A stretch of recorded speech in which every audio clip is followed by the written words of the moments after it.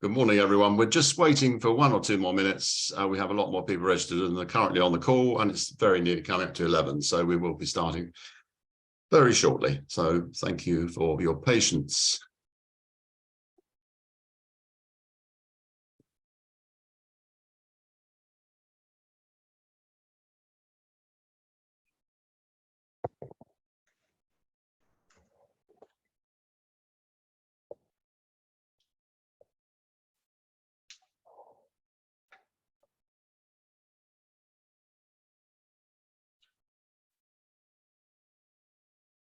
Right, okay, I make that 11 o'clock. I suspect people will carry on joining us as we start making progress. One small favor, if you could just check you're on mute. I think there's a little bit of echo in the background. So if you could just check you're on mute at the beginning of the conference or beginning of the webinar. And first of all, I'd like to welcome everybody to this webinar. It's part of the Net Zero Week session of webinars and events organised by my good friend and colleague Sean Coles, and I know it's a very popular week with a very large number of attendees at the various events that are on during the week. I believe it started officially on Saturday and runs through to the end of this week. So yes, I suspect some of you already have been on various other sessions during the week, and obviously hope you enjoy this session and obviously look at other sessions during the rest of the week of events. Yes, a very warm welcome to us. This is the ESTA Energy Services and Technology event of the week. We had supported last year's event and we're very happy again to support this year's event. We're a trade association, 40-year-old trade association, primarily focused around energy efficiency solutions for commercial and non-domestic customers. And I think our critical focus has been in the world of energy management, which sort of backs up the fact that it's a very long-standing energy efficiency solution, which in turn backs up the fact that we are a 40-year-old trade association. Yeah, so this is primarily our event, and just to summarize a little bit at the beginning of this event, this is based around one of our key programs that we launched effectively in 2019, just prior to the pandemic. But it was in fact a program that had been sort of in gestation for quite a long period of time, through various discussions in a behaviour change group that ESTA had formed. And I'll introduce my colleague Jez Rutter in a minute, but I know Jez and others were a key part of that discussion before we launched the programme. And as you can see from the main slide heading there, the Energy Conscious Organisation is the name of the programme, EnCO for short, because it's quite a mouthful. And what we feel is how important it is to reinforce the human aspect of the net zero journey, primarily for us through what we believe is the start of every net zero journey: energy savings, energy efficiency. Right, okay, so one last bit of housekeeping, or 2 bits of housekeeping. This session is being recorded. It's one of the main criteria of the week of events, so that they can all be put on as a resource, you know, that's going to be a lasting resource of all the stuff that's discussed during the week. So please obviously bear that in mind. And the other thing is, if you have any questions during the webinar, could you please feed them into chat? We will try and answer them if we have time before the end of the session, which is scheduled for 45 minutes. If we don't get around to answering any questions and you do have any ongoing questions, anything left in the chat, I will ensure that we get back to you and answer those questions. And obviously, I'll give you my contact details at the end of the presentation, so you have got a way of contacting us. Right, so with no further ado, I'll hand you over to my colleague, Jez Rutter, who's going to present the slides for today. Good morning, everybody. So yes, my name is Jez Rutter. I'm Managing Director of JRP Solutions, but the purposes today, really, I'm sort of one of the co-founders of EnCO, Energy Conscious Organisation. So I can give you sort of insights into what we're trying to achieve, what we've achieved so far, and where we're going. This is a global initiative, is the first thing to say. And although it isn't shown clearly necessarily on these slides, it's actually a joint initiative between ESTA and the Energy Institute. So what's on the slide there? Well, you've no doubt had the opportunity to read that already. The reason this is so relevant to behaviour change is because before running any sort of behavior change program, then planning is probably the most important thing that needs to actually happen. So as you can see, Leonard Bernstein's quote is, to achieve great things, two things are needed: a plan and not quite enough time. And within a sort of 2-second pause, he then went on and said, and if you haven't got time to plan, the first thing that you need to do is plan. So, and you know, this is very relevant, and I'll come back to, and hopefully that will become clear as we go through. Okay, next slide, please, Vince. So we're going to give you a little bit of background. We're going to then go into what the initiative is in a little bit more detail, and cite to you some sort of case studies and where you can go for additional resources.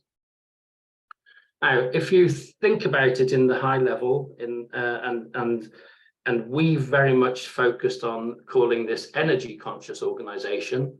The principles of this go way beyond energy, in fact, but we decided that energy was a big enough topic to try to tackle from a behavior change perspective, let alone trying to think of this as in net zero, sustainability, other areas of how businesses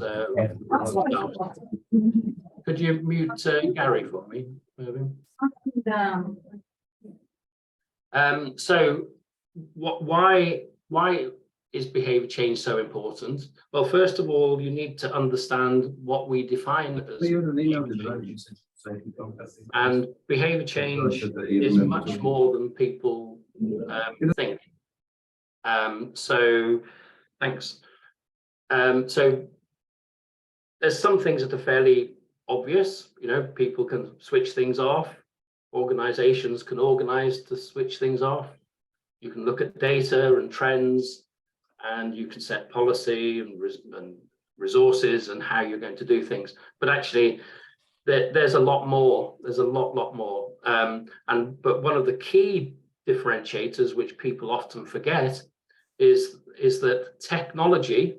So I don't think about a building management system or lighting controls, or in fact, any technology that has got a form of programming involved in it, that programming is controlled by people. So that is part of behavior change. I'll come back to ISO 50001, and the bottom point is that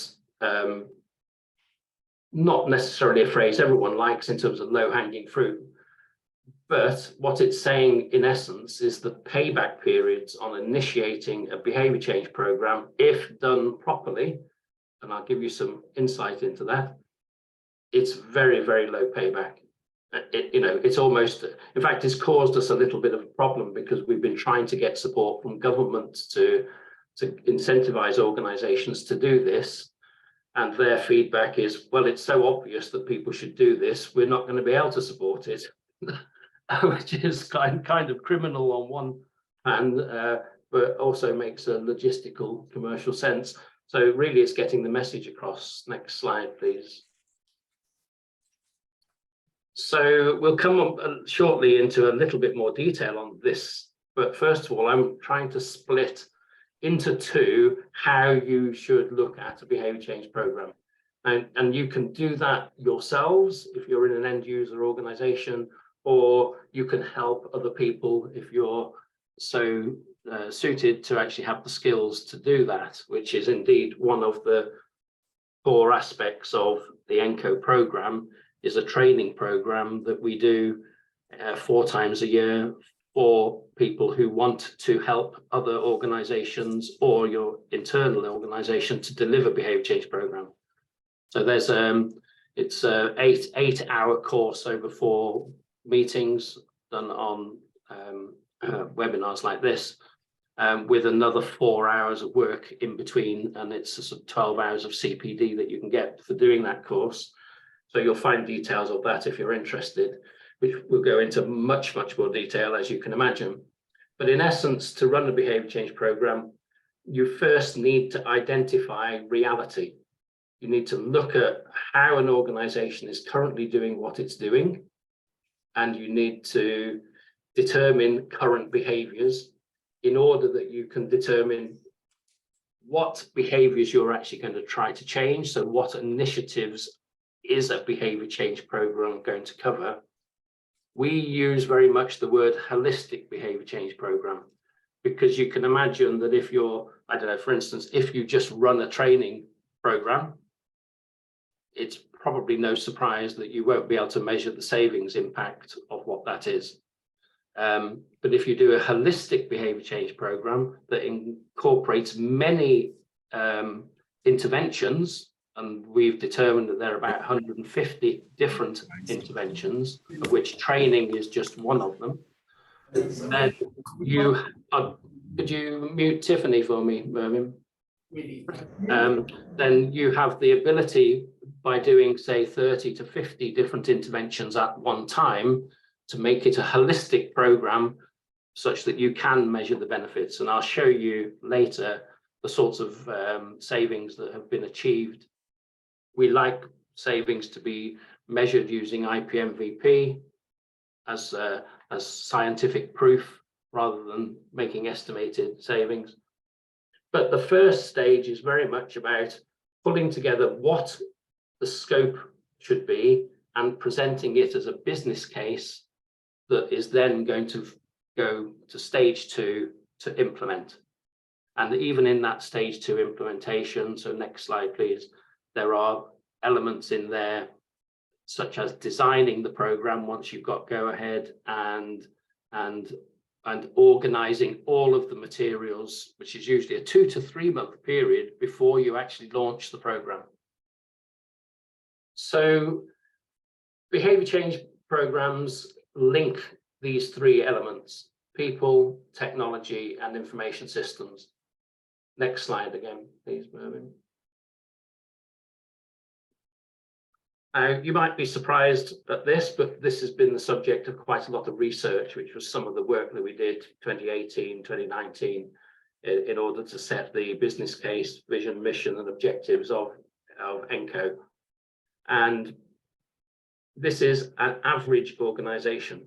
An average organization, we've determined, wastes 50% of the energy. Next slide, please. Of that 50% that could be saved, a whopping 25% of it, or half of that, 50%, 25%, is actually only going to be achieved through behavior change. The other 25% is technical opportunities. Now, hitherto, most organizations concentrate on technical opportunities. They don't concentrate on behavioral opportunities. So it's a huge missed potential, which Committee of Climate Change have broadcast. They actually did their own research on potential savings, which backed up everything that we had done quite independently. So this is a fairly robust, but sometimes surprising to people if you're new to this.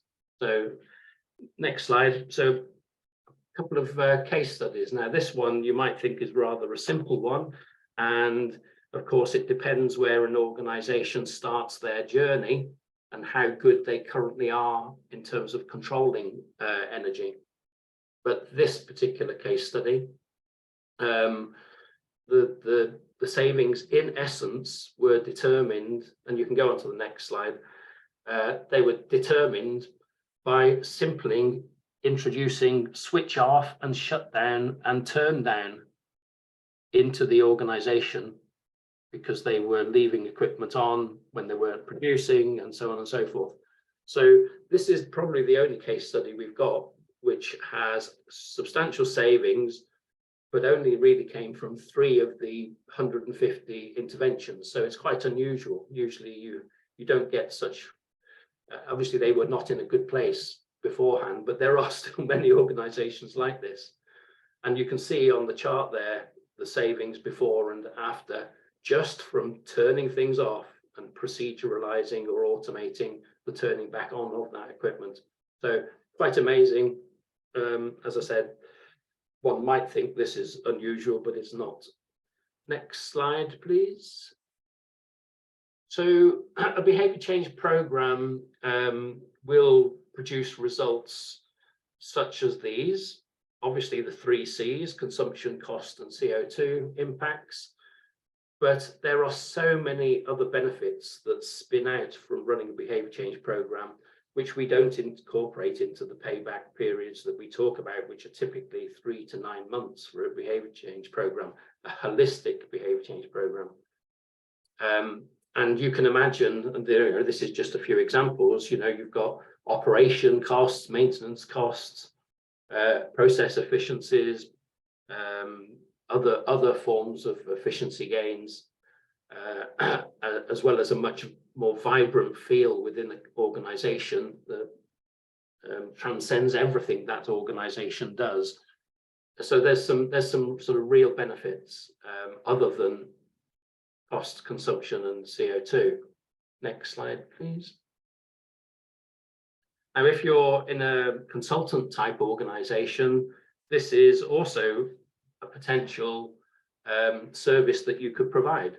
If you get the skills required in order to do it, there are going to be huge opportunities to help organizations to run behavior change programs in the years to come.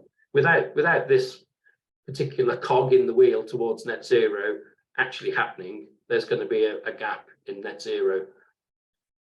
The one downside of a behavior change program is that it takes some time to actually get into place. Typically you wouldn't measure what the payback is for the first 9 months, maybe even 12 months. So there's a gestation period to get it to the point where you can actually really measure the savings. It's not like a technology project where, unless it's simple, like that last case study I described, it's not necessarily, without the planning and putting everything into place, going to suddenly dip savings like changing your light bulb for something that's more efficient and it suddenly drops. Behavior change programs take time to gestate, as I said. So but having said that, that's a downside. It's probably the only downside. The possible other downside, if you didn't do it properly, is that you don't measure the savings effectively. If you don't measure the savings effectively, you won't be able to show to top management that this program is working. We need to keep doing it, because it's not a one-off thing. It's something that has to be continued to be worked at. Admittedly, your year 2 and 3 and so on costs of doing it are much lower. And the aim, as we describe in the training course, is that you need to have something that builds in momentum into the whole program, such that it becomes just a way that people do things. A little bit like, if you like, going back 20 years, people had to learn to do things from a health and safety perspective. Most people do it by second nature. So this can become a second nature intervention, but it needs managing. So there's many other benefits. I won't go through. I'm relying on you reading the slides. So next slide, please, Mervyn. So our summary of that brief introduction is that it shouldn't be, but there's a risk that it's the forgotten link in the race to net zero. In fact, it could be argued that this is the first thing you should do. Before you look at renewables or anything, you need to get your consumption loads down so that your installed capacity of whatever technical solutions you're putting in place are at a smaller level, and that in itself would be using less resources. So the overall objective of our EnCO program is to try to make behavior change projects become mainstream, such that it just becomes something that people do. And relatively speaking, we're still at early stages, really. We've got some great adopters, but we need many, many more. Next slide, please, Mervyn. So what are our objectives? We've got in our business plan and vision and mission, we've actually built in 10 major objectives, but I'm just summarizing 3 here. The first one is to get 50 to 100 IPMVP, so measured and verified behavior change projects, because we believe that as soon as you get to that sort of level, then it should become more mainstream. Currently, this is slightly out of date actually, because things do move and they're starting to really ramp up actually. So currently we've actually got 15 case studies. We've got another one almost ready, and we've got 2 that are proven using IPMVP. So that's one objective. Our second objective is to build capacity. I've hinted at this already. So we want to train practitioners to support behavior change programs.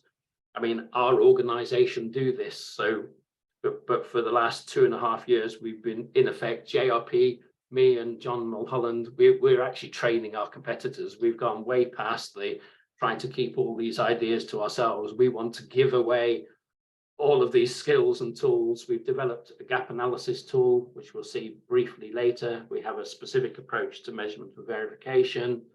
And as I said, we run training courses, and there's many other things that we're doing. And the third one that I'm going to show is sort of collaboration. We continue to try to work with government, despite it not being easy. And we're not going to give up either, because they should be supporting this sort of program, because people will, all the people that we need to do it will not actually do it off their own back, at least for the next few years, until it becomes much more clear and obvious. It can be said, if you go back and look at behavior change projects 5 years ago, it didn't really have quite a good name, because people made outlandish savings without any proof of what the behavior change programs were, couldn't prove savings. It became a bit unbelieved. But that's one of the things that we're trying to overcome.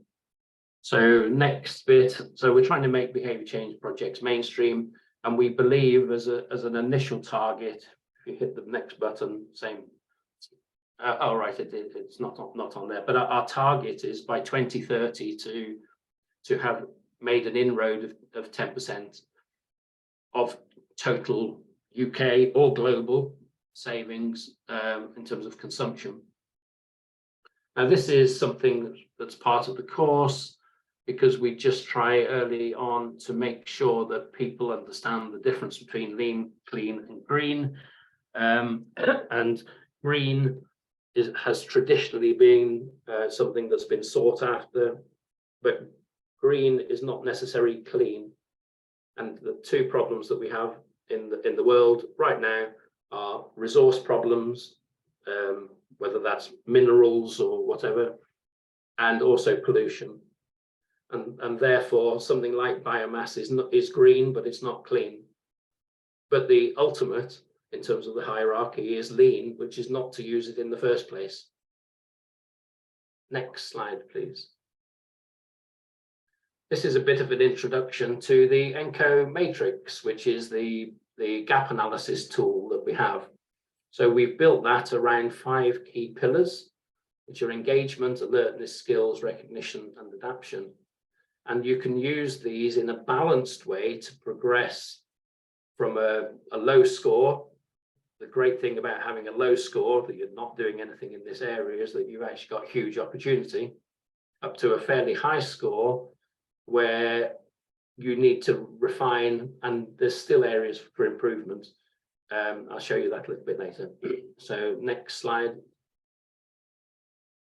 A number of different things that we're currently actively doing as part of EnCO, and as I said, we're all doing this without any charge.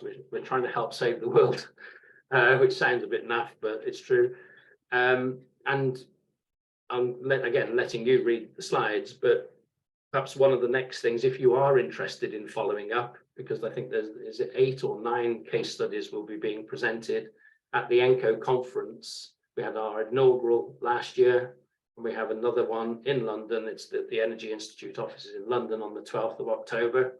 And there are messages out on LinkedIn and other platforms that enable you to sign up to that conference if you want to find out more detail. Yeah, it's probably a good idea to share that link. But a lot of activity, basically, without going into detail.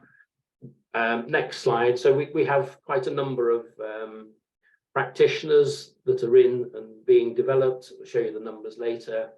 And we also have an EnCO Academy for practitioners, where we share additional case studies, problems, that sort of thing. This is the website. So you can see the link there. Do have a look at it. There's lots of things in terms of case studies, resources, how you could become what we define as our gold-plated energy conscious organizations. So that's certificated in terms of energy conscious organizations that are actually practicing it. And you'll see a little later, we also have registered EnCO consultants as a sort of lower level who are now trained in what to do. And we have approved EnCO practitioners who have then taken what they've learned, put it into practice, and actually helped either their own internal organization or helped an external end user organization to deliver a behavior change program. Next slide, please. As I said, we've got a number of different case studies. These are on the website. They're free, all of this free resources to be used. They're all in the same format, a little bit like this, generally sort of 2 pages, giving you insights into what the organization is, what they've done, what the problems were, what the solutions have been, and in most of the cases, savings that have been determined. Next slide, please. Yes, just before I just move Yes. on, just a quick thought. I don't know if everyone on the call would necessarily be aware of IPMVP, and I'm not sure. I'm only mentioning it because obviously on the case studies we are showing a score, and obviously I think you mentioned earlier about evidence of savings and having that evidence, and obviously the measurement and verification aspect.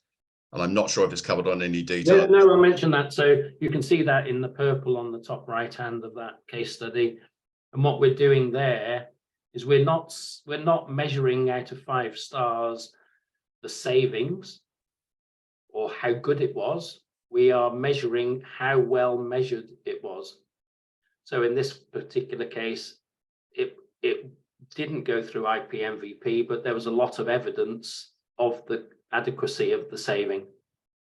So we have definitions for 1, 2, 3, 4, and 5 star that we use to put on for that purpose. And just to clarify, the IPMVP, International Protocol for Measurement and Verification, global standard protocol set up originally by the Association of Energy Engineers in the US.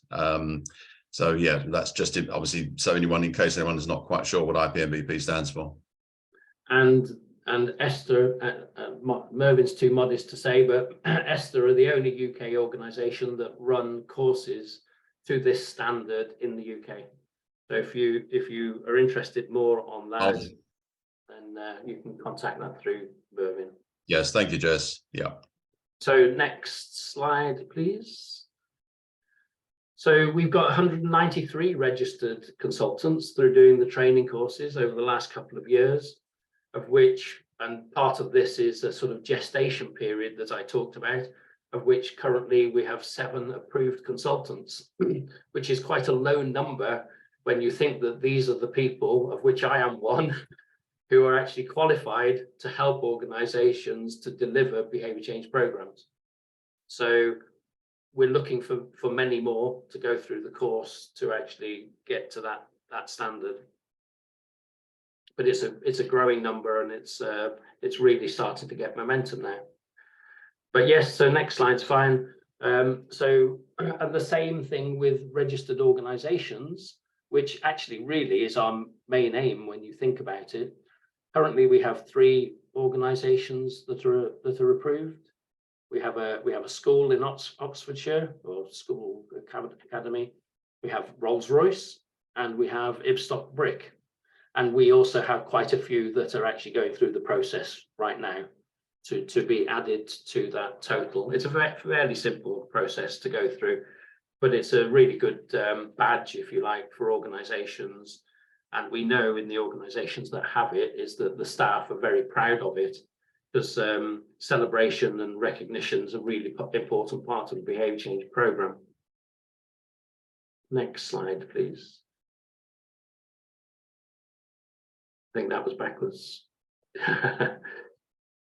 So this is coming back to these 5 pillars, and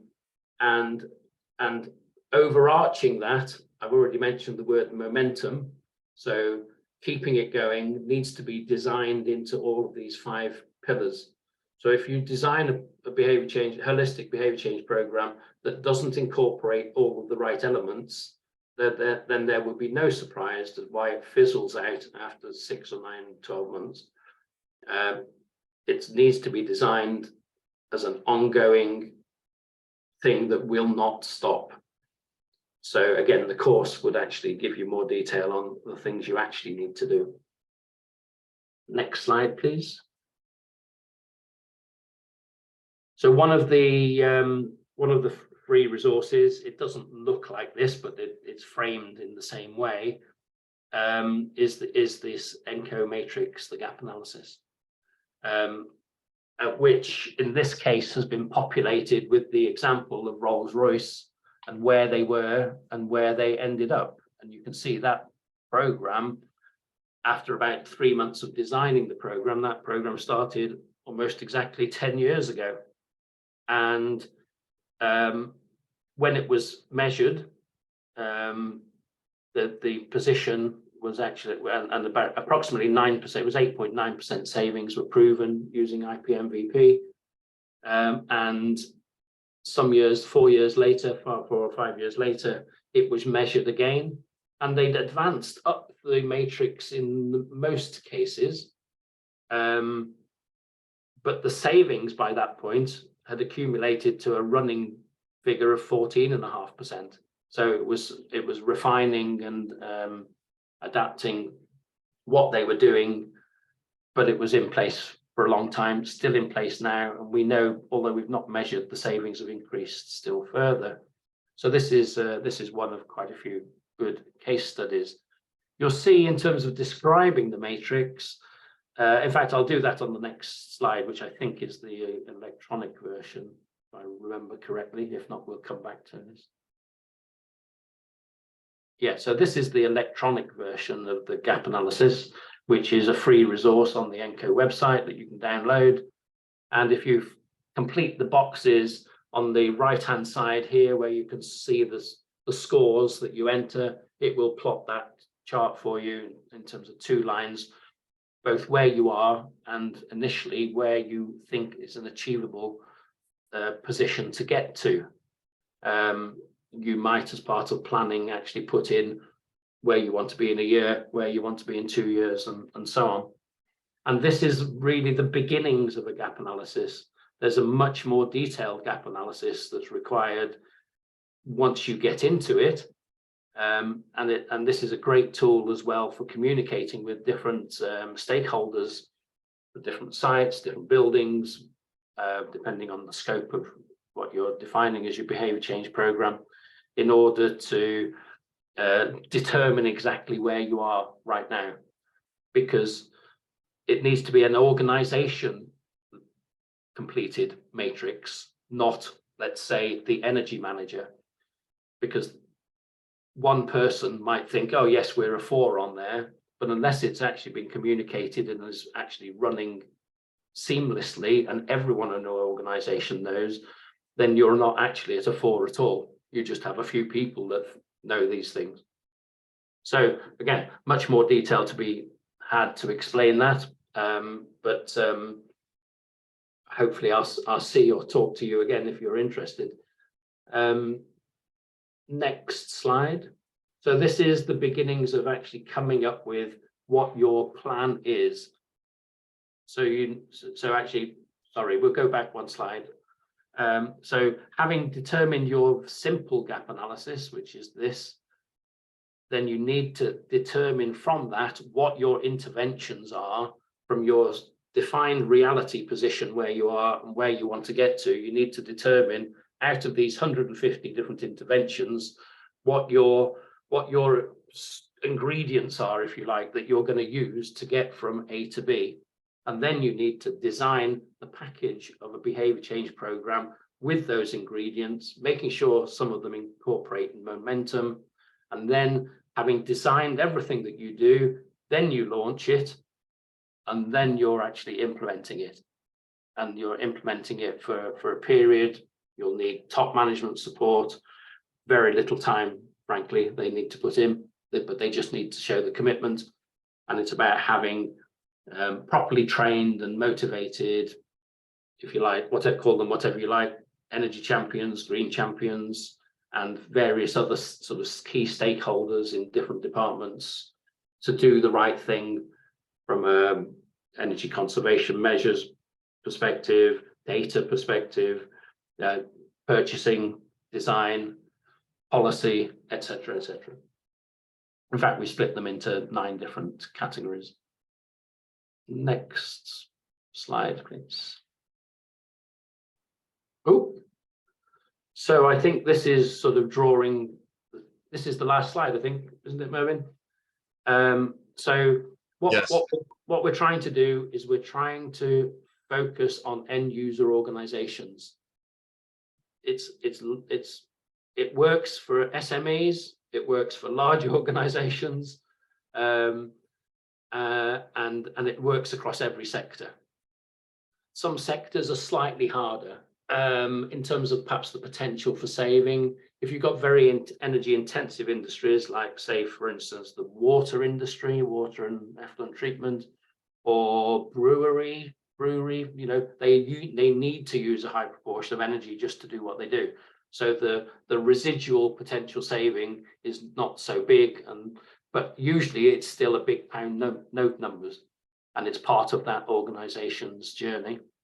We're also introducing, as of now, a new element and we will be presenting awards to a new category called Aspiring EnCO at the 12th of October conference.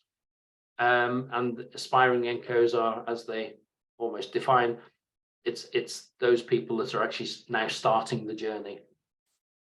And we're also looking at sort of on-demand versions of the training that's done through webinars as well. So I think that's the last slide. So are there any questions or anything else you want to add, Irvin? Well, apart from anything else, Jez, can I just say that, and apologies, you're right, I introduced yourself at the beginning of this presentation because obviously you're delivering the slides, but we do also need to recognise the fact that there are others involved in the programme, colleagues John Mulholland, like yourself, multiple decades of energy experience and experience in delivering behaviour change programmes, and of course James Britton as well, who also was sort of part of that, as I said, the initial behaviour change group that was in discussions so long before we actually got the programme underway. I think one thing I would add, and you've already alluded to this, really, I mentioned at the beginning of the session that web energy management's not new. It's been going for a very long time. It's a long-standing solution. And I think you'd agree that behaviour change is equally has been delivered for a very, very long time. It's been around for years, but it's the how to do it effectively that's the difference these days. And one other thing occurred to me as well. I've been bombarded with events recently. I've been going to all sorts of different trade events and shows, and the focus that's on at the moment around artificial intelligence, IoT, all these different technologies that in theory are supposed to be able to interpret data, effectively almost replace humans. I still feel passionate, and I suspect you do as well, that this, well, certainly the EnCO behaviour programme is all around humans, getting humans involved, getting us all involved in the process, because we can't rely on, I don't think we can rely on artificial intelligence to save us. And it might be able to interpret data, but you know, a lot of this programme is around getting humans involved, isn't it? Absolutely reinforcing that. I've just had a quick look because it's been my first chance to actually look at the chat. There's a couple of questions in there. One's from Emma, who's still on the call. So the Climate Change Committee report was the one from October 2022. I'll send I'll send her the link. I've got her email that just said, I did, obviously, rather than try and dig around trying to find it. I thought it was 2022, but I'll so what it does is it defines into 3 categories where savings come from. The first one is technology alone, the second is behaviour, and the third is behaviour/technology. And the behaviour change alone, if you like, switching things off, down, and many other things, but was 9%. And if this is from memory, the technology/behaviour change was something like 36%, something like that. And predominantly, though, that element is behaviour change. It's just behaviour change related to technology. So hopefully that answers that question. And then there was another question from Ronald, who I think's left. Yeah, he had to leave by looks of his message. Which was about Scorecards. Balanced scorecards. And yes, when you deliver a behaviour change program, you need to have part of the planning, you need to have lots of energy performance indicators. The thing with savings is that if you're waiting for savings, say 9 months, it's a lagging indicator. So there's lots of leading indicators that you can also use as part of your program to determine how effectively it's going.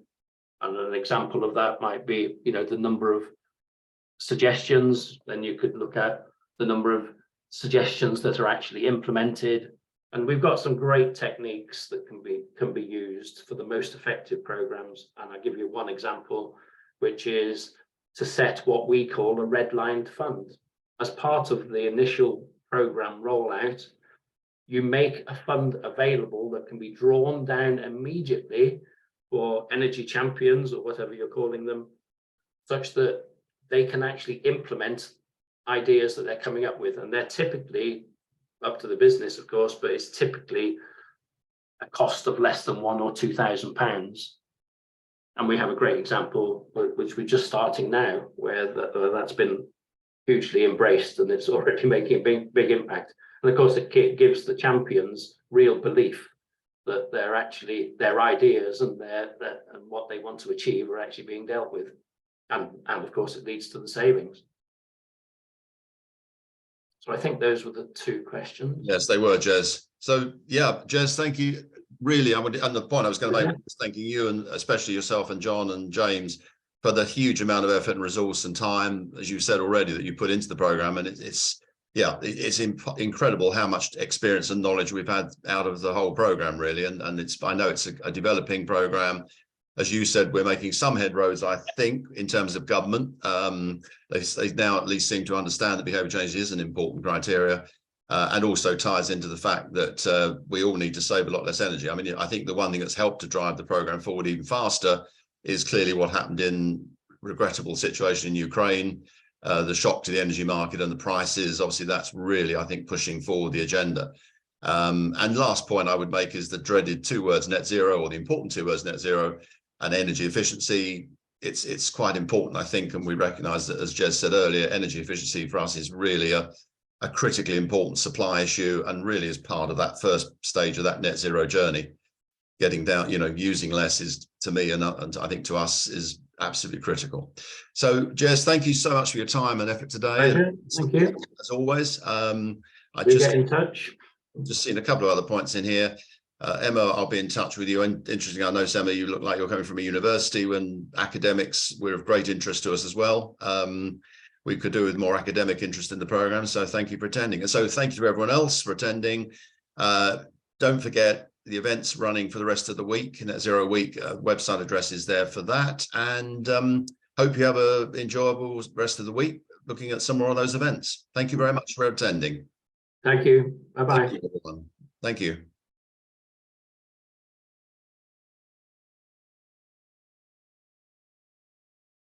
You going to stop the recording?